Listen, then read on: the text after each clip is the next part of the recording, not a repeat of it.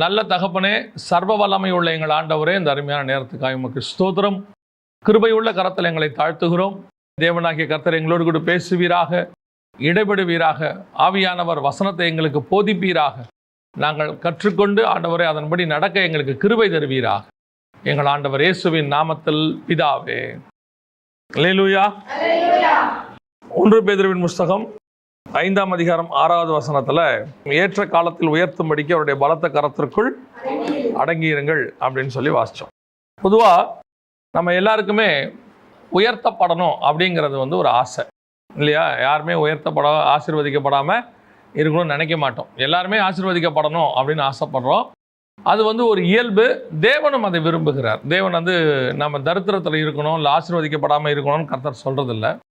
ஆனால் தேவன் உயர்த்துகிற உயர்வு, தேவன் ஆசீர்வதிக்கிற ஆசீர்வாதம், அது ரொம்ப முக்கியம். நம்ம ஆசீர்வாதத்தில் பலவிதமான உயர்வுகளை நாம் பார்க்குறோம். எல்லாருக்குமே ஒரு ஆசை இருக்குது. இப்போது படிக்கிற பிள்ளைங்களுக்கே இருக்குதுன்னு வச்சுக்கோங்களேன். இந்த கிளாஸ் முடித்து அடுத்த கிளாஸுக்கு நம்ம ப்ரொமோஷனுக்கு போகணும் அப்படின்னு இருக்குது. ஒரு பிஸ்னஸ் பண்ணுறோம்னா ஒரு பிஸ்னஸில் அது இன்னும் கொஞ்சம் எக்ஸ்பேண்ட் ஆகி பெருசாக போகணும் அப்படின்னு சொல்கிறோம். ஒருவேளை நாம் ஊழியத்தில் இருக்கிறோன்னா ஊழியத்தின் காரியங்களில் அடுத்தடுத்து ஒரு வளர்ச்சி இருக்கணும் அப்படின்னு விரும்புகிறோம். உண்மை, தேவன் வளர்ச்சியின் ஆண்டவர், பலுகி பெருக பண்ணுகிறவர். ஆண்டவர் சொல்லும் போதே அப்படி தான் சொன்னார், நீங்கள் பலுகி பெருகி பூமியை நிரப்புங்கள் அப்படின்னு தான் சொல்லியிருக்கிறார், மல்டிப்ளிகேஷன். ஆனால் இந்த உயர்வு தேவன் கொடுக்கிற உயர்வாக இருக்கணும். ஏற்ற காலத்தில் உயர்த்தும்படிக்கு அவருடைய பலத்த கரத்துக்குள் அடங்கியிருங்கள். இந்த உயர்வை அடைவதற்கு தேவன் மூலமாக நாம் உயர்வடைகிறோமா, அல்லது இந்த உயர்வை நாம் எப்படி அடைகிறோம்ங்கிறது தான் கேள்வி. ஆனால் உயர்வு என்பது வசனம் சொல்லுது தேவனால் வரக்கூடியதாக இருக்கிறது. பல நேரத்தில் உயர்வு பல விதமாய் வரும். மனுஷரால் வரும், அல்லது நம்முடைய டேலண்டால் வரும். நம்ம டேலண்ட்டு நல்லவே நீங்கள் பாடினீங்கன்னு சொன்னால் உடனடியாக, அதுவும் இப்போ இந்த கடைசி காலத்தில் மீடியா இருக்கும்போது டக்குன்னு உயர்வு ஒன்று வருது.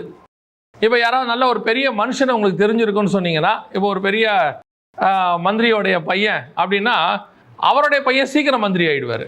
ஏன்னா அப்பா தெரிஞ்சவராக இருக்கிறார். அதனால் அவர் என்ன ஆயிடுறாரு, டக்குன்னு மேலே வந்துடுறாரு. ஒருவேளை அவரை விட எக்ஸ்பீரியன்ஸ், அவரை விட சீனியர், அவரை விட டேலண்டானவங்க இருந்தாலும் கூட டக்குன்னு இவரை கொண்டு என்ன பண்ணிடுறாங்க, மேலே உட்கார வச்சுறாங்க. என்ன ரீசன் அப்படின்னா, அப்பா தெரிஞ்சவர், எங்கள் அப்பா மேலான இடத்துல இருக்கிறார். இந்த மாதிரி உயர்வு பல வகைகளில் இருக்குது. நம்ம டேலண்ட் வழியாகவும் வர்றது இருக்குது, இந்த மாதிரி உயர்வும் வருகிறது இருக்குது. ஆனால் வேதம் சொன்னது கர்த்தரால் உயர்த்தும்படிக்கு காத்திருங்கள்னு இருக்கு. கர்த்தர் உயர்த்துகிற வரைக்கும் என்ன செய்ய வேண்டியிருக்கு, காத்திருக்கு. இந்த காத்திருத்துதல், கர்த்தர் உயர்த்துகிற வரைக்கும் காத்திருத்தல் ரொம்ப இம்பார்ட்டன்ட். ஏன்னா மற்ற உயர்வு இருக்குது பார்த்தீங்களா, அதுக்கும் கர்த்தர் உயர்த்துறதுக்கும் நல்ல டிஃப்ரென்ஸ் இருக்குது. அதுக்கு ஒரு டிஃப்ரென்ஸ் இருக்குது. நாம் மனுஷன் மூலமாக உயர்த்தப்படுவதையோ அல்லது வேறு மூலமாக உயர்த்தப்படுவதையோ விரும்புகிறோம். ஏன்னா நம்ம இந்த பூமியில் இருக்கும்போது அது நம்ம ஒரு உயர்வை ஒரு வாழ்க்கையில் ப்ராசஸாக பார்க்குறோம். நம்ம வாழ்க்கையில் உயர்வு ஒரு ப்ராசஸ் பார்க்குறோம். ஆனால் தேவன் சொல்கிறாரு, அவருடைய பலத்த கரத்துக்குள் அடங்கி இருங்க, ஏற்ற நேரத்தில் உயர்த்துவேன் அப்படின்னு சொல்கிறார். இந்த உயர்வுக்கான ஒரு காரியம் எதன் மூலமாக வரணும் அப்படின்னு சொல்லி வாசிங்க. தானியேல் புஸ்தகம் 5ஆம் அதிகாரம் 16வது வசனத்தை வாசிங்க. பொருளை வெளிப்படுத்தவும் கருகலானவைகளை தெளிவிக்கவும் உன்னாலே கூடுமென்று உன்னை குறித்து கேள்விப்பட்டேன். இப்போதும் நீ இந்த எழுத்தை வாசிக்கவும் இதன் அர்த்தத்தை எனக்கு தெரிவிக்கவும் உன்னாலே கூடுமானால் நீ இரத்தாம்பரமும் கழுத்திலே பொற்சரப்பணியும் தரிக்கப்பட்டு ராஜ்யத்திலே 3ஆம் அதிபதியாயிருப்பாய் என்றான்.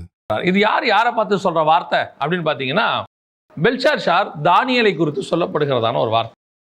பெல்ஷாத்சார் யார் நமக்கு தெரியும், பாபிலோன் சாம்ராஜ்யத்தில் நேபுகாத் நேச்சாருக்கு பிறகு வந்ததான ஒரு ராஜா.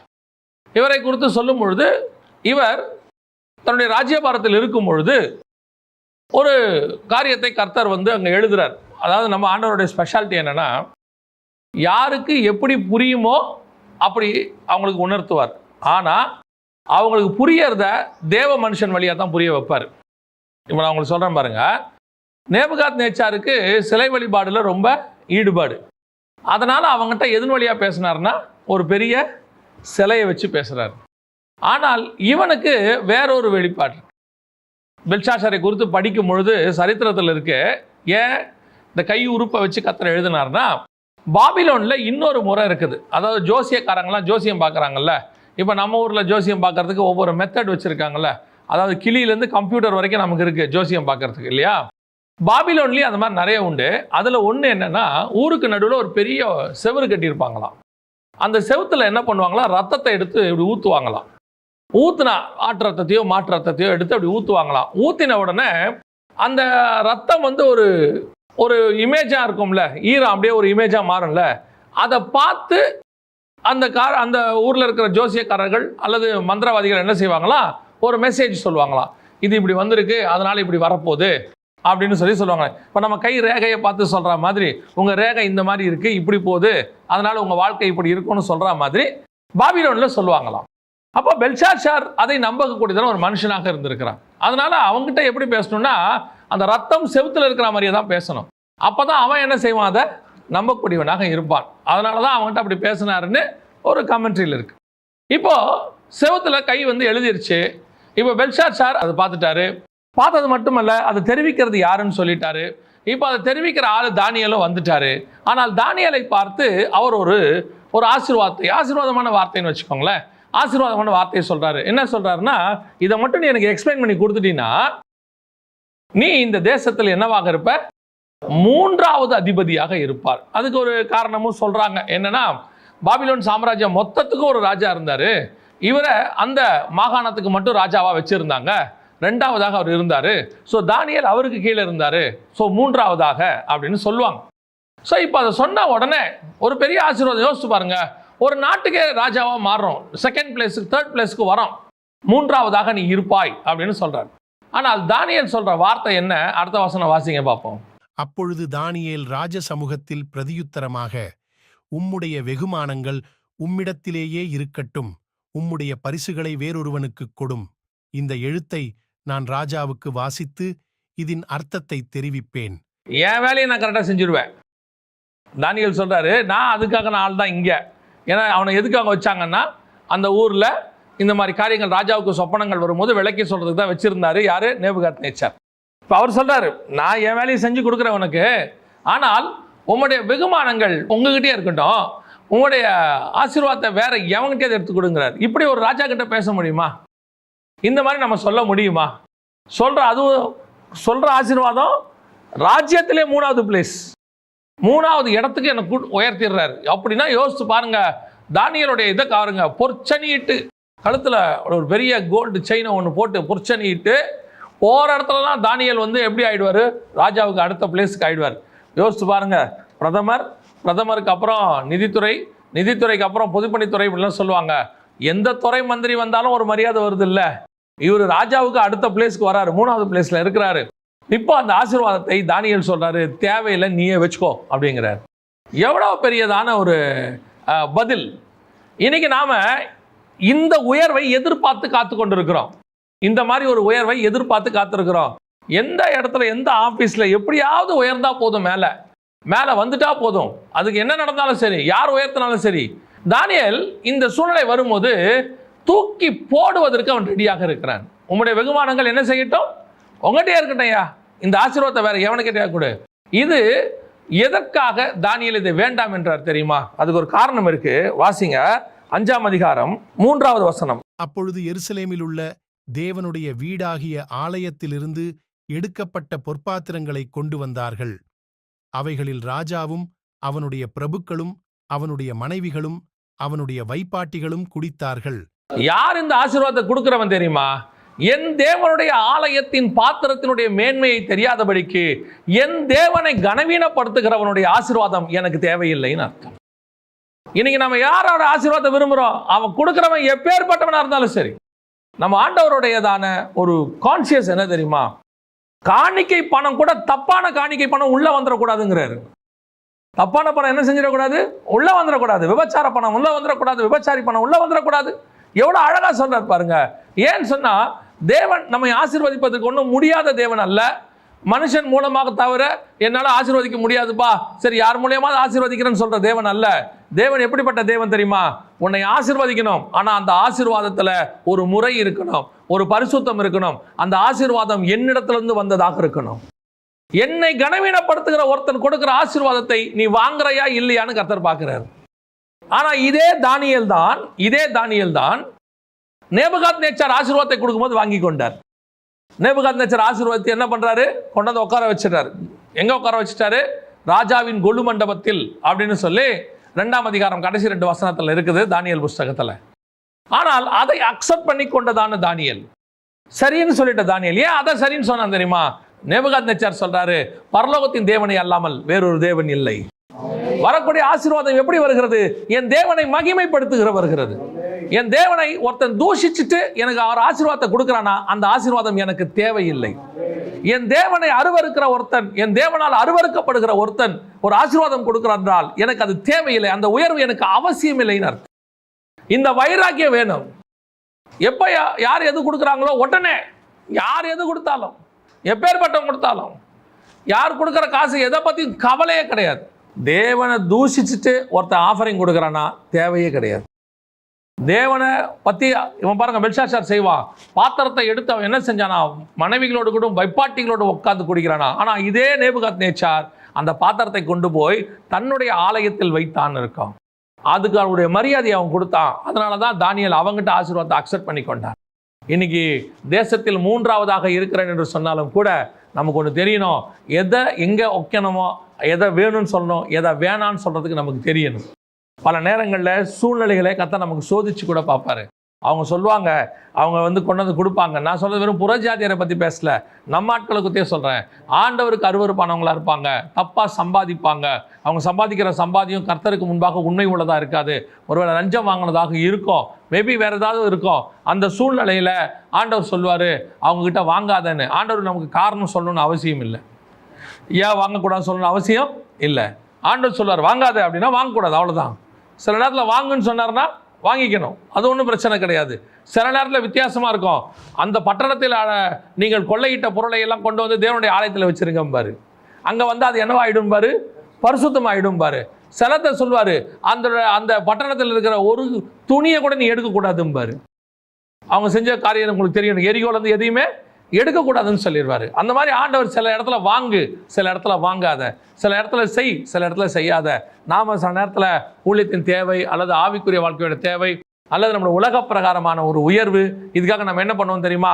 அப்படியே தப்பான ஆளாக இருந்தாலும் தெரியும், நல்லா தெரியும். அவங்க சொல்லுவாங்க, இந்த ஆள் கூடலாம் இருக்க வேண்டியிருக்கு, வேறு வழி இல்லை, வேறு சூழ்நிலை இல்லை, அதனால் இங்கே இருக்கிறேன். ஆண்டவர் சொல்ல, அப்படி ஒரு சூழ்நிலையில் இருக்க வேண்டிய அவசியம் இல்லை.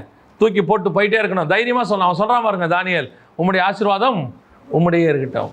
நீ கொடுக்குற வெகுமானத்தை வேற யாருக்காவது கொடுங்க, எனக்கு ஒன்றும் தேவையில்லைன்னாங்க. ஆனால் பெல்ஷாத்சார் என்ன பண்ணான் தெரியுமா? வாசிங்க 5:29 வாசி. அப்பொழுது பெல்ஷாத்சார் தானியேலுக்கு இரத்தாம்பரத்தையும் அவனுடைய கழுத்தில் பொற்சர பணியையும் தரிப்பிக்கவும், ராஜ்யத்திலே அவன் 3ஆம் அதிகாரியாயிருப்பவன் என்று அவனை குறித்து பறைமுறையிடவும் கட்டளையிட்டான்.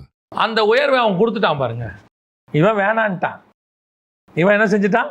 வேணான்ட்டான். அவன் சொல்லிட்டான், நான் சொன்னது படி. அது ராஜாவுடைய குவாலிட்டி, ராஜாவுடைய குவாலிட்டி. நான் சொன்னதை நான் செய்வேன், வச்சுக்கோப்பா. சில நேரத்தில் ஆசீர்வாதம் அப்படித்தான். நம்ம வேணானாலும் என்ன செஞ்சிடும், வந்துடும். ஆண்டவர் சில இடத்துல கொண்டு போய் உட்கார வச்சிடறாரு, கொடுத்துறாங்க. ஆனால் ஆண்டவருக்கு தெரியும் அந்த ஆசீர்வாதம் எப்பேற்பட்டதுன்னு. அடுத்த வசனம் வாசிங்க. அன்று ராத்திரியிலே கல்தேயரின் ராஜாவாகிய பெல்ஷாத்சார் கொலை செய்யப்பட்டான். அப்போ இந்த அவன் கொடுத்த ஆசீர்வாதம் என்னாச்சு? ராஜ்யத்தில் 3ஆவதாக இருப்பேன்னு சொன்னா இல்லையா? அந்த ராத்திரியில பெல்ஷாத்சார் கொலை செய்யப்பட்டார். இப்போ யார் ராஜ்யபாரத்தை கட்டி கொண்டது? தரியு. பாபிலோன் சாம்ராஜ்யமே முடிஞ்சிருச்சு. பாபிலோன் சாம்ராஜ்யமே முடிஞ்சிருச்சுன்னா தானியேல் 3ஆவதாக இருக்க வாய்ப்பே இல்லை. அவ்வளோதான், ஓவர். இப்போ தானியேல் வேணான்னு சொன்னதும் பெல்ஷாத்சார் கொடுத்ததும் ஒரு பிரயோஜனம் இல்லை. தானியேல் சொன்னது தான் நடந்துச்சு. சில நேரத்தில் ஆசீர்வாதத்தை நம்ம வேணான்னு சொல்லும் போது அவங்க கண்டிப்பாக நீங்கள் வச்சே ஆகணும்பா ஆண்டவர் சொல்லுவார், அது உனக்கு நிலைக்காது, அது அன்னைக்கு ராத்திரியே முடிஞ்சு போச்சு. சில நேரத்தில் ஆசீர்வாதம் என்ன ஆகும் தெரியுமா? நாம் நினைப்போம் அவங்க கொடுத்தா நல்லா இருக்கும், இவங்க கொடுத்தா நல்லா இருக்கும். ஆண்டவர் சொல்லுவார் வாங்காதே பாரு. வாங்குறோன்னு வச்சுங்க, நீங்கள் கண்ணை மூடி கண்ணை திறக்கத்துக்குள்ளே கை விட்டு காணாமல் போயிடும், இமீடியட்டாக போயிடும். எத்தனை பேர் அப்படி ஆசீர்வாதம் இழந்திருக்கிறாங்க தெரியுமா? செய்யக்கூடாத விஷயத்தில், பண்ணக்கூடாத விஷயத்தில் வாங்கிட்டு ஆசீர்வாதத்தை பெற்றுக்கொண்டு அடுத்து பார்த்தீங்கன்னா ஒரு வியாதியோ அல்லது ஒரு ஆக்சிடென்ட்டோ ஏதோ ஒன்று நடக்கும். அவங்க வாங்கின மொத்த பணமும் அந்த ஒரு விஷயத்துக்கே மொத்த செலவாகி முடிச்சிடும். வந்த மாதிரியும் தெரியாது, போன மாதிரியும் தெரியாது. அவங்க சொல்லுவாங்க, பொத்தல் பையில விழுந்த மாதிரி இருந்துச்சுங்க, இப்போதான் வந்த மாதிரி இருக்கு, அதுக்குள்ளேயே காணும். ஆனால் தேவன் கொடுக்குற ஆசீர்வாதம் நித்தியமாக இருக்கும். நீங்க பாருங்க, 3ஆவதாக இருப்பேன் பெல்ஷாத்சார் சொன்னாரு, அவரே இல்லை. அவரே ஆள் இல்லை. இப்போ தானியேல் வேணான்னு சொன்னது சரியா போச்சு. அந்த ராத்திரியில் இது நடக்குது. அன்னைக்கு நைட்டே வேலை முடிஞ்சு. இப்போ தானியேல் ஒரு நாள் கூட என்னவா இல்லை, அதனால தான் வேணான்னா. எப்பவுமே இந்த மாதிரி ஆசீர்வாதங்கள் இமிடியேட்டாக போயிடும், கொஞ்சம் நாளில் காணாமல் போயிடும். கர்த்தர் நம்மளை வேணான்னு சொல்கிறதுக்கு அதுதான் ரீசன். நீ அதை வச்சுக்காத, வேணாம் அப்படின்னா வேணாம், அவ்வளோதான். ஏன் ஆண்டவர்கிட்ட கேட்காதீங்க. ஏன்னா அதோடைய ஆயுட்காலமே கொஞ்சமாக தான் இருக்கும். அது நம்மளை விட்டு போவது ரொம்ப சீக்கிரத்தில் இருக்கும். அதனால தான் கர்த்தர் அதை வேணான்னு சொல்கிறார். அல்லேலூயா. தேசத்தில் 3ஆவதாக இருப்பேன் என்று பெல்ஷாத்சார் சொன்னார். பெல்ஷாத்சாரும் இல்லை, தானியேலும் 3ஆவதாக இல்லை. ஆனால் தானியேலை கர்த்தர் ஆசீர்வதிச்சார். 6ஆம் அதிகாரம் கடைசி வசனம் வாசிங்க பார்ப்போம். தரியுவின் ராஜ்யபார காலத்திலும் பெர்சியனாகிய கோரேசுடைய ராஜ்யபார காலத்திலும் தானியேலின் காரியம் ஜெயமாயிருந்தது. பெல்ஷாத்சார் தான் வேணான்ட்டார். ஆனா தரியு காலத்துல அவர் எப்படி இருக்கிறாரு? ஜெயமா தான் இருந்தாரு. அடுத்து ராஜ்யபாரம் கட்டினவன் யாரு? பெல்ஷாத்சாரோட ராஜ்யபாரம் கட்டினவன் யாரு? தரியு கட்டினா. இப்ப இவர் பெல்ஷாத்சார்ட்ட சொன்னாரு, உன்னுடைய ஆசீர்வாதம் உங்ககிட்டயே இருக்கட்டும், வேற எவன்கிட்ட கூட. ஏன் உனக்கே ஆசீர்வாதம் இருக்காதா? நீ என்னமோ எனக்கு கொடுக்குற மாதிரி சொல்ற. பல நேரங்களில் ஊழியக்காரங்களை உதவி செய்யும் போது நான் பார்ப்பேன், அந்த உதவி செய்கிற விதத்தை பார்ப்பேன். சிலர் சொல்லுவாங்க, அவங்க உதவி செய்து தான் நாம ஆசீர்வாதமாக இருக்கிற மாதிரி அவங்க நினச்சிப்பாங்க. அதனால தான் அவன் சொன்னான், அந்த ஐயோ பாவம் நீ எனக்கு கொடுக்குறதுலாம் எனக்கு தேவையில்லை, தூக்கி போட்டு போயிருன்ட்டா. பல நேரத்தில் நம்மளை பார்த்து கொடுக்கும்போதே தெரியும், ஒருவேளை நாளைக்கு அவனே நம்மை ஆசீர்வதிக்கிற அளவுக்கு உயர்த்துவதற்கு கர்த்தர் வல்லமை உள்ளவராக இருக்கிறார். ஒரு நாள் தாவீதுக்கு அவங்க வீட்டார் சோறு போட்டாங்க. ஒரு நாள் வந்தது, தாவீது அவர்கள் வீட்டாருக்கு சோறு போற அளவுக்கு உயர்ந்துட்டான். ஒரு நாள் யோசேப்புக்கு அவங்க அப்பா அம்மாலாம் சோறு போட்டிருப்பாங்க. ஒரு நாள் வந்தது, யோசேப்பு எகிப்து முழுக்க சோறு போடுற அளவுக்கு வந்துட்டான். கர்த்தர் எப்போ எவனை உயர்த்துவார்னு தெரியாது. ஒரு குறைவுள்ளவனை பார்க்கும் பொழுது நாம் அவருக்கு உதவி செய்கிறோம். அது நம்ம ஆசீர்வாதத்துக்கு. ஐயோ பாவம், சில கொடுக்கும் போதே பார்த்தீங்கன்னு சொன்னால் அந்த பாவப்பட்டு அவனை ரொம்ப அதாவது அவங்க பார்வையில் அது தெரியும். ஆண்டவர் பார்ப்பாரு, வேணான்னு சொல்லிடுறான் பாரு. ஏன் அவன் கொடுக்குறது எவ்வளோ நாளைக்கு நிற்கும்? கொடுக்குற அரிசி எவ்வளோ நாளைக்கு நிற்கும்? கொடுக்கக்கூடிய காசு எவ்வளோ நாளைக்கு நிற்கும்? அவன் வாங்கி கொடுக்குற பேகும் அவன் வாங்கி கொடுக்குறதான ட்ரெஸ்ஸும் எவ்வளோ நாளைக்கு நிற்கும்? எல்லாம் அன்றைக்கி ராத்திரியோடு முடிஞ்சு போயிடும், கதை முடிஞ்சு. ஆனால் தரிவின் ராஜபார காலம் ஒன்று வரும். கர்த்தர் நிரந்தரமாய் ஆசீர்வதிக்க வல்லமை உள்ளவராக இருக்கிறார். அல்லேலூயா. அதனால தான் தானியேல் தூக்கி போட்டு போனான், போட தேவையில்லைன்ட்டான். நமக்கு அந்த வைராக்கியம் வேணும். ஒரு காரியத்தை கொடுக்கும் பொழுது அவர்கள் கனப்படுத்தி கொடுக்கிறார்களா? அந்த கனப்படுத்தி கொடுக்கறத அக்செப்ட் பண்ணிக்கிறது தப்பு கிடையாது. ஆனால் தேவனை கனவீனப்படுத்தி அல்லது நம்முடைய ஊழியத்தை கனவீனப்படுத்தி அல்லது நம்மளை கனவீனப்படுத்தி கொடுக்கக்கூடிய காரியங்கள் நமக்கு தேவை இல்லை. ரெண்டாவதாக, இது 3ஆவதாக இருந்தார். இப்போ இன்னொருத்தர் வரார், வாசிங்க. ஆதியாகமத்தின் புஸ்தகம் 41ஆம் அதிகாரம் 40 முதல் 43வது வசனம் வரைக்கும் வாசிங்க. நீ என் அரமனைக்கு அதிகாரியாயிருப்பாய். உன் வாக்கின்படியே என் ஜனங்கள் எல்லாரும் அடங்கி நடக்கக் கடவர்கள். சிங்காசனத்தில் மாத்திரம் உன்னிலும் நான் பெரியவனாயிருப்பேன் என்றான்.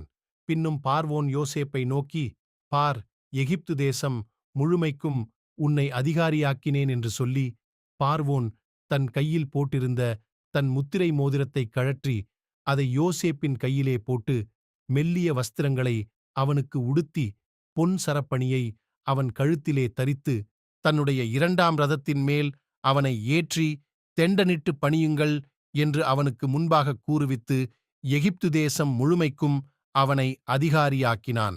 இப்ப 2வது பிளேஸ்க்கு ஒரு ஆசீர்வாதம் வருது. இப்ப பெல்ஷாத்சார் கொடுத்தது 3வது பிளேஸ்க்கான ஆசீர்வாதம். இப்ப யோசேப்புக்கு வந்திருக்கிறது என்னது? 2வது பிளேஸுக்கான ஆசீர்வாதம். இப்ப இந்த ஆசீர்வாதம் உண்மையிலேயே தேவனை கனப்படுத்தி வர ஆசீர்வாதம். தேவன் தான் இந்த ஆசீர்வாதத்தை கொடுக்கிறார். இதுல எந்த மாற்று கருத்தும் இல்லை. அவன் என்ன சொல்றான் பாருங்க, 41:38. அப்பொழுது பார்வோன் தன் ஊழியக்காரரை நோக்கி, தேவ ஆவியை பெற்ற இந்த மனுஷனைப் போல வேறொருவன் உண்டோ என்றான். அப்ப நல்லா அவன் கனப்படுத்தி தான் கொடுக்குறான். இவன் கனவீனப்படுத்தல. பார்வோன் முதல்ல என்ன பண்றான்னு கேட்டீங்கன்னா, கூப்பிட்டு விசாரிக்கிறான், அவங்ககிட்ட சொப்பனத்தை சொல்றான். இவன் ஒரு நேபுகாத்நேச்சார் மாதிரி கனப்படுத்தி தான் கொடுக்குறான். இப்போ இவனை கூப்பிட்டு சொல்றான், என் 2வது ரதத்தில் நீ இருப்ப. ஃபர்ஸ்ட் ரதம் பார்வோன் போறது, அதுக்கப்புறம் ஒரு ரதம் இருக்குது. அது யார் போறது? நான் போறது. அதாவது ரதம்னா நீங்க சும்மா சாதாரணமா நினைச்சிடாதீங்க. எகிப்தின் ரதம் தான் எத்தனையோ 1000 ஆண்டுகளுக்கு ஒரு அடையாளம். ஆசீர்வாதத்தினுடைய அடையாளமா இருந்துச்சு. ஆண்டவர் திருப்பி திருப்பி சொல்வாரு, எகிப்தின் ரதங்களை நீ நம்புவாயோ அப்படிம்பார். ஏன்னா உலக பிரகாரமாயும் சொன்னா எகிப்து ரதத்தை பத்தி என்ன சொல்லுவாங்கன்னா 8 ஸ்போக்ஸ் இருக்குமா. இந்த கம்பிகள் மாதிரி நம்ம சொல்றோம்ல 8 ஸ்போக்ஸ் இப்பெல்லாம் சொல்றாங்கல்ல, அலாய் வீல்ஸ்லாம் சொல்றாங்கல்ல, அந்த மாதிரி அந்த காலத்துல 8 ஸ்போக்ஸ் வச்சு இருக்குமா. அந்த ரதம் வந்து அவ்வளவு ஸ்ட்ராங். நமக்கு இன்னைக்கு இருக்கிற BMW, பென்ஸ், ரோல்ஸ் ராய்ஸ் இது எல்லாத்த விட மேலானது அன்னைக்கு. ஆனா எகிப்தின் ரதம் எவ்வளவு மேன்மையா இருந்திருக்குது பாருங்க. அந்த ரதத்துல 2வது ரதம் இவனுக்கு, ஃபர்ஸ்ட் பார்வோனுக்கு, 2வது இவனுக்கு. அப்படின்னா இவனுக்கு உயர்வு எப்பேற்பட்ட உயர்வு எங்க இருந்து வந்துருச்சு? சிறைச்சாலையிலிருந்து நேரா மேல வருது. இந்த உயர்வை கர்த்தர் கொடுக்கிறார், பார்வோன் கொடுக்கல. ஏன்னா பார்வோன் சொன்னதான அந்த சொப்பனத்துக்கான விளக்கத்தை யோசேப்புக்கு கர்த்தர் வெளிப்படுத்துகிறார். இப்போ அந்த விளக்கம் கிடைச்ச உடனே பார்வோன் சொல்றாரு, நீ 2வது ரதத்தில் இருப்ப, சிங்காசனத்துல மட்டும்தான் நான் பெரிய ஆளா இருப்பேன், அதுக்கப்புறம் எல்லாம் உனக்கு கீழே தான் இருக்கும், எகிப்தின் முழுமைக்கும் அதிகாரியாக்கினான். அப்படின்னா இது முழுக்க முழுக்க கர்த்தரால் வந்தது தான், எல்லாம் உண்மைதான். சில நேரத்தில் ஆசீர்வாதம் இப்போ நம்ம சொன்னோமே பெல்சாச்சார் மாதிரி ஆட்கள் வழியா வராம தேவனாலேயே வரும். பூமியில தேவன் பூமியில ஆசீர்வதிக்காத தேவனே கிடையாது. உயர்வான இடத்தில் உட்கார வைக்க கர்த்தர் விரும்புகிறார். உயர்ந்த ஸ்தலங்களில் நம்மளை கொண்டு போய் தேவன் என்ன செய்கிறாரா? உட்கார வைக்கிறார்னு வசனம் சொல்லுது. ஆண்டவர் ஆசீர்வதிக்கிறார். இன்னைக்கு எத்தனையோ பெரிய மனுஷர்களை கர்த்தர் ஆசீர்வதிச்சிருக்கிறார். நான் எப்பவும் சொல்வேன், இந்த நம்ம பாஷையில் சொல்லணும்னு சொன்னால், இந்த ரோட்டில் இருக்கிறவங்க சாதாரணமாக இருக்கிறவங்களுக்கெல்லாம் நம்ம சுவிசேஷம் சொல்லிட முடியும். நம்ம போய் ட்ராக்ஸ் கொடுத்துடலாம், நம்ம என்ன செஞ்சிடலாம் சொல்லிட முடியும். ஆனால் ஒரு IAS ஆஃபீஸருக்கு போய் நீங்கள் சுவிசேஷம் சொல்லணும்னு வச்சுக்கோங்க, உங்களை உள்ள விட மாட்டாங்க இல்லையா? ஒரு மிகப்பெரியதான ஆட்களுக்கு நீங்கள் போய் சொல்லணும், IPS இல்லை அதை விட மேலான ஒரு இதில் இருக்காங்க, சொல்லணும். பட் அவங்ககிட்ட சொல்லணும், ஒருத்தர் சுவிசேஷம் சொல்லணும்னா யார் வேணும் தெரியுமா? அவங்க இடத்துல போய் உட்கார்ற ஒரு ஆள் ஒருத்தர் வேணும். தேவன் நினச்சா யார் மூலியமான சொல்லலாம், ஆனால் நான் உலக பிரகாரமாக சொல்கிறேன், அந்த இடத்துல உட்கார்ற ஒரு ஆள் ஒருத்தர் வேணும். அப்போ அந்த இடத்துக்கும் கர்த்தர் யாரை என்ன பண்ணுறாரு? ரெடி பண்ணுறாரு. அங்கே இருக்கிற ஒரு IAS ஆஃபீஸருக்கோ ஒரு IPS ஆஃபீஸருக்கோ அல்லது ஒரு மேலான இடத்துல இருக்கிறவங்களுக்கோ போகணும்னா சாதாரணமான ஒரு ஆள் போய் என்ன பண்ணிட முடியாது. ஒரு பெரிய பிஸ்னஸ் மேன் இருக்காரு, இந்தியாவிலே பெரிய ஆளுன்னு வச்சுக்கோங்களேன், அவர் கூட போய் ரோட்டில் இருக்கிறவர் போய் நம்ம போய் நானே போய் டாக்ஸ் கொடுத்தாரு வாங்க மாட்டார், யார் கொடுத்தாலும் வாங்க மாட்டார். ஆனால் அவரை மாதிரி ஒரு பெரிய பிஸ்னஸ்மேன் ரட்சிக்கப்பட்டவர் போய் அவரை பார்க்கும்போது, ஆனால் இயேசு பற்றி அவர்கிட்ட சொல்வதற்கு அவருக்கு நிறைய ஈஸியான வாய்ப்பு இருக்கிறது. அப்போ உயர்வான ஸ்தலத்திலையும் கர்த்தர் யார் தான் உட்கார வைக்கிறது? கர்த்தர் தான் உட்கார வைக்கிறார். அவர் தான் உயர்த்துகிறார். அதில் எந்த மாற்று கருத்தும் இல்லை. இப்போ 2வது இடம், 3வது இடம் யார் கொடுக்கறது? பிசாசு கொடுக்குது, அல்லது சில நேரத்தில் மனுஷங்க வழியாக வருது. அதை வேணான்னு சொல்கிறதுக்கு நமக்கு தைரியம் இருக்கணும், வேணான்னு சொல்லணும், உதறி தள்ளி விட்டு ஓடணும். ஆனால் இது 2வது இடம், இது கர்த்தரால் கொடுக்கறது. ஆனால் இந்த இடத்துல உட்காந்துட்டு யோசேப்பு ஒரு வார்த்தை ஒன்று சொல்கிறார் பாருங்க, வாசிங்க. எபிரேயர் 11:22 வாசிங்கள். விசுவாசத்தினாலே யோசேப்பு இஸ்ரவேல் புத்திரர் எகிப்து தேசத்தை விட்டு புறப்படுவார்கள் என்பதை பற்றி தன் அந்திய காலத்தில் பேசி தன் எலும்புகளை குறித்து கட்டளை கொடுத்தான். தன் எலும்புகளை குறித்து கட்டளை கொடுத்தான். அதாவது இவன் யாருன்னு கேட்டிங்கன்னா, எகிப்தில் 2வது பிளேஸ், ராஜாவுக்கு அடுத்த இடம். இவன் மரிச்சானா என்ன நடக்கும் தெரியுமா? நீங்கள் வாசிச்சு பாருங்க, ஆதியாகமத்தின் புஸ்தகம் 50ஆம் அதிகாரத்தில் இவன் மரித்த போது என்ன நடந்திருக்குது பாருங்க. 26வது வசனம் வாசிங்க. யோசேப்பு 110 வயதுள்ளவனாய் மரித்தான். அவனுக்கு சுகந்த வர்க்கமிட்டு எகிப்து தேசத்தில் அவனை ஒரு பெட்டியிலே வைத்தார்கள். பிரமிட் இருக்கு இல்லைங்களா? எகிப்தில் பிரமிடுனா பெரிய விஷயமா இல்லையா? பெரிய விஷயம் தானே. ஒரு அந்நிய ராஜாவுக்கு எகிப்தில் பிரமிடு கட்டுவாங்களா? கட்டுறான் பாருங்க. பிரமிடை கொண்டாந்து வைக்கிறான் பாருங்க. எபிரேயர் 11:22 சொல்லுது, அவன் இஸ்ரவேல் ஜனங்களுக்கு தன் எலும்புகளை குறித்து ஒரு கட்டளை கொடுத்தான். என்ன கட்டளை கொடுத்தான்? தேவன் உங்களை சந்திக்கும் போது என் எலும்புகளை இவ்விடத்திலிருந்து கொண்டு போவீர்களாக என்றும் சொல்லி யோசேப்பு இஸ்ரவேல் புத்திரரிடத்தில் ஆணையிடுவித்துக் கொண்டான். அதாவது உத்தரவு வாங்கிக்கிறான். அவனை என்ன சொல்றான்னா, ஸ்ட்ராங்கா எனக்கு ஒரு ப்ராமிஸ் பண்ணி கொடு, நீ இந்த ஊரை விட்டு போவே ஒரு நாள் கண்டிப்பா. 400 வருஷம் சொல்லி யார்கிட்ட சொல்லிட்டாரு? ஆபிரகாம்கிட்ட சொல்லிட்டாரு. ஆனால் யோசேப்பு காலம் 400 வருஷம் இல்லை, மிஞ்சி போச்சுன்னா 100-120 வருஷம் தான் ஆயிருக்கும். இன்னும் 300 வருஷம் இருக்குது. யோசேப்பு சொன்னா ஒரு நாள் கண்டிப்பாக கர்த்தர் உங்களை சந்திப்பார். சந்திக்கும் போது இந்த தேசத்திலிருந்து என் எலும்புகளை எடுத்துட்டு நீங்க போயிடணும் அப்படிங்கிற. ஏயா எகிப்துல பிரமிட்ல இருக்கிறையா நீ? எந்த கிசா பிரமிடா அல்லது அந்த பிரமிடா நம்ம சொல்ல முடியாது. அந்த அளவுக்கு இந்த அடக்கம் பண்ற இடம் நமக்கு ரொம்ப இம்பார்ட்டன்ட். இஸ்ரவேலுக்கு போனீங்கன்னா இது அவரை அடக்கம் பண்ண இடம், இது இவரை அடக்கம் பண்ண இடம், இது இயேசுடைய காலியான கல்லறை. இப்படி அந்த அடக்கம் பண்ற இடத்தை பத்தி நம்ம ரொம்ப இம்பார்ட்டன்ஸ் கொடுக்குறோம்ல. அந்த காலத்துல எகிப்துல ராஜாவுடைய கல்லறைகள்ல யாரை வைக்கிறாங்க? யோசேப்பை வைக்கிறாங்க. அவன் சொல்றான், இந்த பாரு ஒரு நாள் வரும் இந்த இடத்துல என்ன தூக்கிட்டு போயிருங்கன்ட்டான். என்ன பிரைமேட் விட்டு தூக்க சொல்ற? பிரைமேடுக்குள்ள என்ன வச்சிடாத. ஏன்? இது ராஜாவாக நான் இருப்பதுக்கு எனக்கு கிடைக்கிறதுக்கான மேன்மை. ஆனால் எனக்கு தெரியும் இந்த தேசத்தில் இருக்கிற எந்த எலும்புகளோடும் என் எலும்பு இருக்கக்கூடாது, என் எலும்பு கூட இங்க இருக்கக்கூடாது. ஆனா அதுக்கு பின்னாடி ஒரு ஆவிக்குரிய சத்தியம் இருக்கு. அதாவது அவன் எலும்புகளை குறித்து அந்த எபிரேயர் 11:22 திருப்பி வாசிங்க. எபிரேயர் 11:22.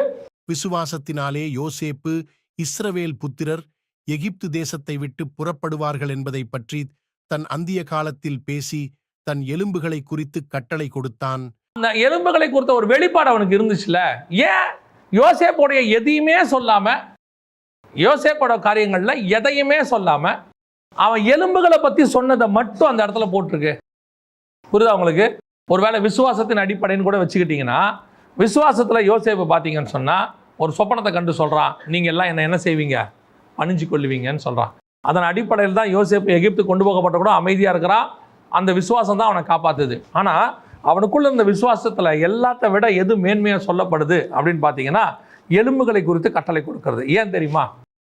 யோசேப்பு பல வகைகளில் இயேசு கிறிஸ்துவுக்கு ஒப்புமையாக இருப்பான். ஓல்ட் டெஸ்ட்மெண்ட்ல அது நிறைய இருக்கு, 20-27க்கு மேல இருக்கு அவனுடைய ஒப்புமைகள். ரெண்டுத்து மட்டும் எடுத்தீங்கன்னா, அதாவது சித்திரலாயடை செய்யறதுல இருந்து 20 வெள்ளி காசுக்கு விற்கிறதுல இருந்து சகோதரர்களை அடிக்கிறதுல இருந்து இதெல்லாம் இயேசுக்கும் நடக்கும். சகோதரர்களை அடிப்பாங்க ஃபர்ஸ்ட், அப்புறம் 30 வெள்ளி காசுக்கு விற்பாங்க, அப்புறம் ரோமர்கள் புறஜாதியார் கையில் கொடுப்பாங்க, அப்புறம் கொண்டு போய் ஜெயிலில் இருக்கும்போது 2 பேர் இருப்பாங்க யோசேப்பு விட. இப்போ இயேசு கூட பார்த்தீங்கன்னா 2 பேர் சிலுவையில் இருப்பாங்க. அந்த ஜெயிலில் ஒருத்தன் செத்துருவான், ஒருத்தன் உயர்த்தப்படுவான். இயேசு கூட பார்த்தீங்கன்னு சொன்னால் ஒருத்தன் பரதீசிக்கு போயிடுவான், ஒருத்தன் கைவிடப்படுவான். இப்படி பார்த்தீங்கன்னா ஒவ்வொன்றும் இருக்கும் இயேசுக்கும் யோசேப்புக்கும். அப்புறம் பார்த்தீங்கன்னா பார்வோனுக்கு அடுத்த இடத்துல யார் உட்காந்துருப்பா? யோசேப்பு உட்காந்துருப்பான் ஜெயிலேருந்து நேராக. இயேசு பார்த்தீங்கன்னா கல்லறையிலேருந்து நேராக மேலே போய் பிதாவுக்கு அடுத்த ஸ்தானத்தில் உட்காருவார். ஏன்னா பிதா சொல்வார், என்னோட வலது பாரசத்தில் உட்காரும். இப்போ யோசேப்புக்கு முத்திரை போடுவாங்க, இயேசு கிறிஸ்துக்கு பரிசுத்த ஆவியின் முத்திரையை கொடுப்பாங்க. எல்லாமே இருக்கும், 2 பேருக்கும் அப்படியே முழு ஒத்துமை இருக்கும். இந்த வெளிப்பாட்டில் தான் யோசேப்பு ஒன்று சொல்லுவான். என்ன சொல்லுவான்னா, இப்போ நான் இங்கிருந்து மறித்து என் எலும்புகள் இங்கே இருக்க போது, இந்த எலும்பை ஒரு நாள் நீங்கள் கானானுக்கு போகும்போது எடுத்துக்கிட்டு போயிருங்கம்பா. அவருடைய அர்த்தம் என்ன தெரியுமா? எலும்பு என்பது மணவாட்டி சபைக்கான அடையாளம். எலும்பு என்பது சபைக்கான அடையாளம். ஒரு நாள் நீங்கள் புறப்பட்டு பரலோகத்திற்கு வரும்பொழுது இந்த பூமியிலிருந்து என் சபையும் உங்களோடு கூட வரும் என்று அர்த்தம். இஸ்ரவேலர்கள் தேவனை சந்திக்கிற காலத்தில் சபையும் தேவனை சந்திக்க வரும். 2 பேரும் வருவாங்க. அதுல எலும்புகளை குறித்து அவன் கட்டளையிட்டான். எலும்பு என்ன? பிதா யோசேப்புடைய எலும்பு இயேசு கிறிஸ்துவோடைய மணவாட்டி சபைக்கான அடையாளம். அதை எடுத்துக்கிட்டு வாங்கன்னு கட்டளை கொடுத்தாங்க. அதுதான் யோசேப்புக்கான, அது ஒரு ஆவிக்குரிய அர்த்தம்னு வச்சுக்கோங்களேன். ஆனால் நல்லா கவனிச்சு பாருங்க, அவனுக்கு தெரியுது இந்த தேசத்தில் நான் 2வதாக இருக்கிறேன். ஆனால் 2வதாக இருக்கிற இந்த தேசத்தில் என் எலும்பு கூட இருக்கக்கூடாது. அந்த எண்ணம் தான் உங்களுக்கும் எனக்கும் இந்த பூமியில் இருக்கணும்.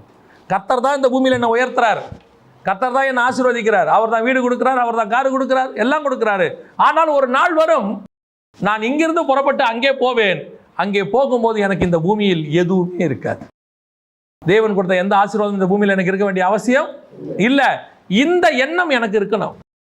நான் என்னதான் இங்க 2வதாக இருந்தாலும், என்னதான் என்ன தேவன் உயர்த்தினாலும், ஒன்று மட்டும் நிச்சயம், ஒரு நாள் நான் இந்த இடத்தை விட்டு நான் புறப்பட போவேன். அப்பொழுது எனக்குரியவைகளும் இங்கிருந்து புறப்பட்டு மேலே போகும். நாம் அந்த ஆசீர்வாதத்தை அப்படித்தான் கையாள வேண்டும். இன்னைக்கு நாம ஆண்டவர் தான் ஆசீர்வதிக்கிறார், எந்த மாற்று கருத்தும் இல்லை. இப்போ மத்திய 19 ஒரு ஐஸ்வர்யவான் வந்து இயேசுவை பார்க்குறானா, வாலிபன் வந்து பார்க்கும்போது அவன் மிகுந்த ஆஸ்தி உள்ளவனாக இருந்தபடியினால துக்கத்தோடு கூட திரும்பி போனான் அப்படின்னு வசனம் சொல்லுது. இப்போ அந்த வாலிபன் இருக்கிறானே, இந்த வாலிபனுடைய ஆசீர்வாதம் யாரால் வந்ததுன்னு நினைக்கிறீங்க? யாரால் வந்தது? ஆண்டவரால தான் வந்துச்சு. ஏன் வந்துச்சுன்னு கேட்டா, அவன் சொல்றான், நான் நியாயப்பிரமாணத்தை சிறுவயது முதல் கொண்டு கை கொள்ளுகிறேன். He is perfect in law. அப்படின்னா இவன் அநியாயமா சம்பாரிச்சவனே இல்ல, கிடையாது, அநியாயமா சம்பாதிக்கல அவன். இப்ப கர்த்தர் அதனாலதான் அவனை பார்த்து மனதுருகி அப்படின்னு சொல்லுது. அந்த வார்த்தை சொல்றார் ஆண்டவர், அவன் மேல் மனதுருகி அல்லது அன்பு கூர்ந்து அப்படின்னு ஒரு வார்த்தை இருக்கும். என்ன சொல்றாரு அப்படின்னு கேட்டீங்கன்னா, நீ கை கொள்ள வேண்டிய இன்னொரு காரியமும் இருக்கிறது. இப்போ பூமியில எனக்கு வரக்கூடிய ஆசீர்வாதம், மேன்மைகள், உயர்வுகள் எல்லாமே கர்த்தர் கொடுக்கிறது தான், எந்த மாற்று கருத்தும் இல்லை. பெல்ஷாத்சார் கொடுத்தது இல்லை.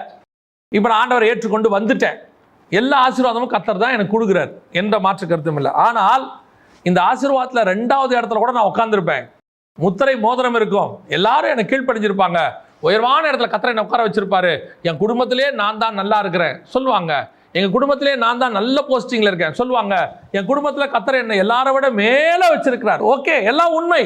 ஆனால் இதை ஒரு எலும்பு, உலர்ந்து போன எலும்பு கூட இந்த பூமியில இருக்கக்கூடாது, எல்லாத்தையும் விட்டுட்டு நான் பரலோகத்துக்கு போவேங்கிற எண்ணம் இருக்கா?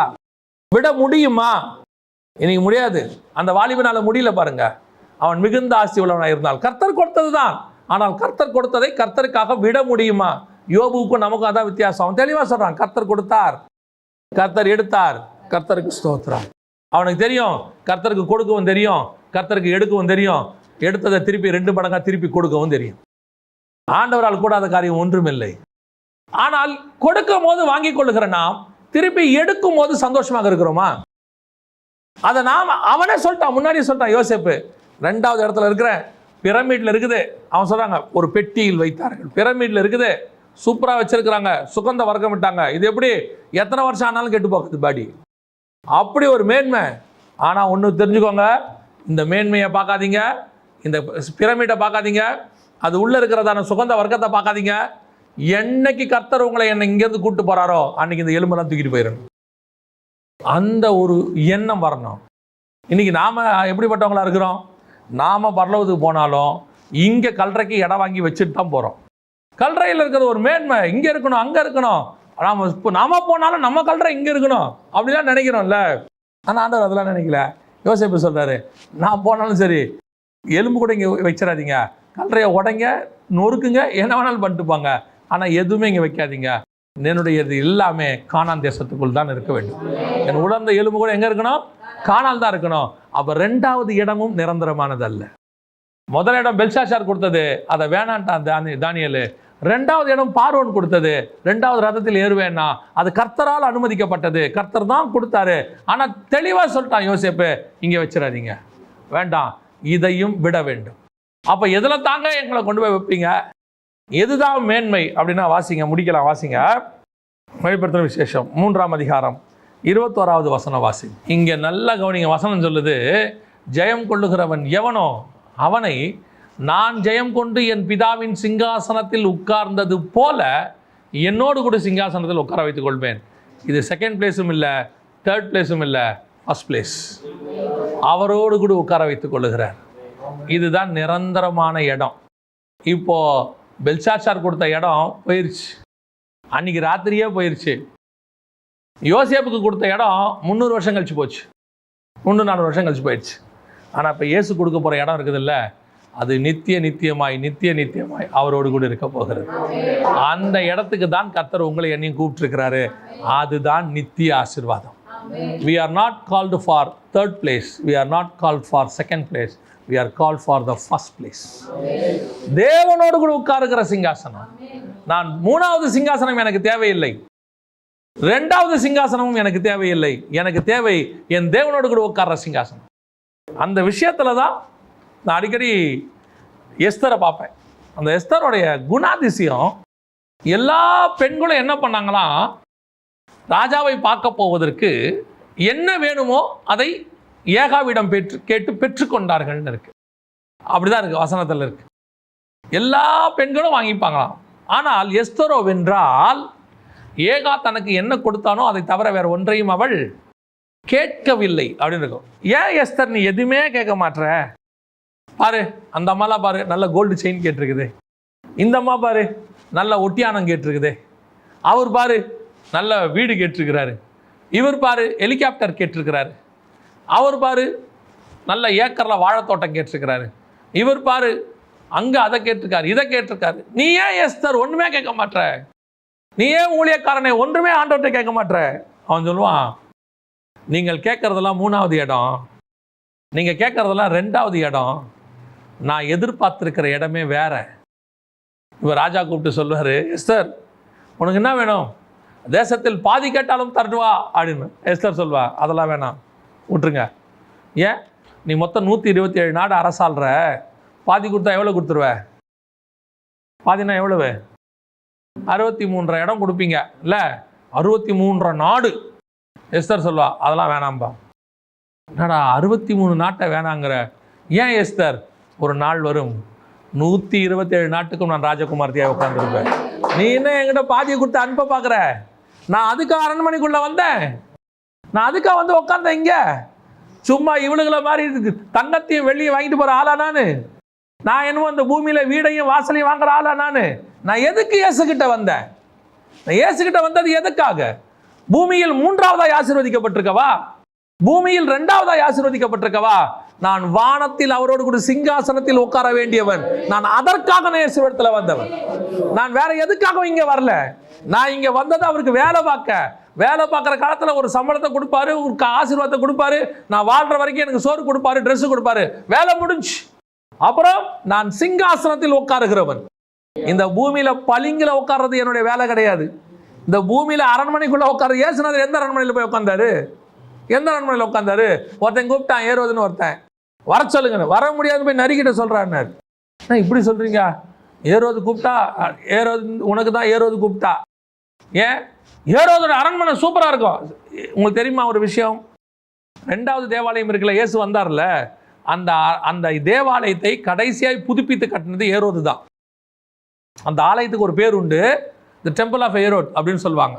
அதாவது ஏரோதின் ஆலயம்னு பேர் அதுக்கு உண்டு. அப்படி ஏரோதோடைய ஆலயமே அப்படி இருக்கணும். அரண்மனை எப்படி இருக்கும் பாருங்க. ஆலயத்தை சாலமோன் கட்டினாரு, ஆனால் அரண்மனையை பெருசாக கட்டினாரு. அப்போ ஏரோதோடைய அரண்மனை எப்படி இருக்கும்? அரண்மனைக்குள்ள கூப்பிடுறாங்க, உங்களை அரண்மனை சாப்பாடு, ராஜ சாப்பாடு. இயேசுநாதரோட மைண்டில் என்ன இருக்கு தெரியுமா? என்ன ஏரோது பெரிய அரண்மனை கட்டிட்ட? நான் பரலோகத்தையே பார்த்தவன், நான் பரலோகத்தின் தேவன். நீ வச்சிருக்கிற அரண்மனை எவ்வளோ பெருசு இருக்குமா இருக்காதா? இன்னைக்கு அந்த அரண்மனை இல்லை, ஆனால் என் பரலோகம் என்னைக்கும் நிற்கும். அதுக்கு நான் ராஜா. இந்த எண்ணம் ஒவ்வொரு ஊழியக்காரனுக்கும் வரணும். இந்த எண்ணம் வரணும். யார் தெரியுமா? நீ கூப்பிட்டோன்னா ஓடி வந்து ஐயா சோதரையா சோதரையான்னு சொல்ற ஆள் நான் கிடையாது. நான் யார் தெரியுமா? சர்வ வல்லமை உள்ள தேவனுடைய சிங்காசனத்தில் அவரோடு கூட உட்கார போகிறவன். அதுக்கு தான் அழைச்சிருக்கிறார் ஆண்டவர். என்ன நீ 3வதா கொடுத்தா உன் வெகுமானம் உங்கட்டியா இருக்கட்டும். ஒருவேளை கர்த்தர் என்னை 2வதா உட்கார வைப்பார். ஒரு நாள் வரும், நான் நினைப்பேன் இது எனக்கு நிரந்தரம் அல்ல, இது கர்த்தர் தான் உட்கார வச்சாரு, ஆனால் ஒரு நாள் இங்கே விட்டு நான் நீங்கி போவேன், இந்த பூமியை விட்டு போவேன், எனக்கு நிரந்தரமான சிங்காசனம் ஒன்று இருக்கிறது, அங்க போய் அவரோடு கூட நித்தியமாய் நான் இருப்பேன். அந்த எண்ணம் நமக்கு வரணும். அந்த தாட் வருதா? இதை நோக்கித்தான் நம்ம ஓடணும். பூமியில் ஆசீர்வாதம் இருக்கிறது 2வது. அது எவ்வளவு ஆசீர்வாதம் பூமிக்கு வந்தாலும் 2வது தான். ஆனால் உங்கள் மைண்டில் ஒன்று இருந்துகிட்டே இருக்கணும், இதை விட்டு என் எலும்பு ஒரு நாள் போகும், இந்த பாவத்தின் உலகத்தை விட்டு பரம கானானுக்குள்ளே. அதனால தான் பைபிள் தெளிவாக சொல்லுது. ஆபிரகாம் பற்றி சொல்லும் போது, அவன் அதை அல்ல அதிலும் மேன்மையான பரம தேசத்தையே நாடினான். கானானுக்குள்ள நான் கல்ற வாங்கிட்டேன், சாராளுக்கு என்ன வைக்கிறதுக்கு நான் கல்ற வாங்கிட்டேன், என் பேர பிள்ளைகளை வைக்கிறதுக்கு கல்ற வாங்கிட்டேன், ஒரு தேசத்தையே கர்த்தர் எனக்கு கொடுக்குறேன்னு சொல்லிட்டாரு, செல்வ சீமான் ஆயிட்டேன், வேலைக்காரர்கள் வேலைக்காரிகள் எல்லாம் எனக்கு இருக்கு. ஆனால் ஒன்று எனக்கு தெரியும், இது எல்லாமே 2வது தான். எனக்கு 1வது ஒன்று இருக்குது, அது பரலோகத்தில் இருக்கு. அதை நோக்கி நான் பிரயாணப்படுவேன். ஆண்டவர் என்னை கொண்டு போய் அங்கே உட்கார வைப்பார். அங்கே உட்காந்துட்டேன்னா அந்த சிங்காசனத்தை விட்டு நான் கீழே இறங்கவே மாட்டேன். எஸ்தர் பாருங்க எவ்வளோ அழகா, அவள் எதையும் வேணான்னு சொல்லிக்கிட்டே வந்தாலா. இப்போ வசனம் சொல்லுது, வாசிங்க முடிக்கலாம். எஸ்தரின் புஸ்தகம் 2ஆம் அதிகாரம் 17வது வசனத்தை வாசி. ராஜா சகல ஸ்திரீகளை பார்க்கிலும் எஸ்தர் மேல் அன்பு வைத்தான். சகல கன்னிகைகளை பார்க்கிலும் அவளுக்கு அவன் சமூகத்தில் அதிக தயையும் பட்சமும் கிடைத்தது. ஆகையால் அவன் ராஜகிரீடத்தை அவள் சிரசின் மேல் வைத்து அவளை வஸ்தியின் ஸ்தானத்திலே பட்டத்து ஸ்திரீயாக்கினான். நீங்க எல்லாம் வாங்குறவங்க, எங்கிட்ட இருந்து வாங்குறவங்க, நீங்க கேட்டதை நான் கொடுத்துட்றேன் வச்சுக்கோங்க. ஆனா நான் கொடுத்தது தான் உங்ககிட்ட இருக்குது. ஆனால் நான் ஒன்று உங்ககிட்ட இருந்து எடுத்துகிட்டு போகிறேன் தெரியுமா? எஸ்தர்னு ஒன்று, அது நான் விரும்புகிறது. அவள் வேற எதையும் விரும்ப மாட்டா, என்னை தான் விரும்புவாள். அவளை என்னோடு கூட சிங்காசனத்தில் உட்கார வைத்து கொண்டேன். ராஜ கிரீடத்தை தலை மேலே வச்ச என்ன என்றென்றைக்கும் அவள் என்னோடு கூட இருக்கும். இந்த ஆசீர்வாதத்தை தான் நாம் விரும்புகிறவர்களாக இருக்கணும். இந்த பூமியில் நமக்கு ஆசீர்வாதம் தேவை, அது வாழ்வதற்காக மட்டும். அந்த வாழ்வதற்கான ஆசீர்வாதம் முடிஞ்சிருச்சுன்னா நான் 1வது பிளேஸுக்கு போயிடுவேன். 3வது பிளேஸ் எனக்கு வேணாம். 2வது பிளேஸ் இருக்குது, ஆனால் அது நிரந்தரம் இல்லை. 1வது பிளேஸ் ஒன்று இருக்குது, அதுதான் என்னுடையது. அல்லேலூயா. நாம் ஜெபம் பண்ண போகிறோம். எல்லாரும் எழுந்திரிக்கலாமா? நாம் எல்லாரும் இதில் நீங்கள் எந்த இடத்துல இருக்கிறீங்கன்னு பாருங்கள்.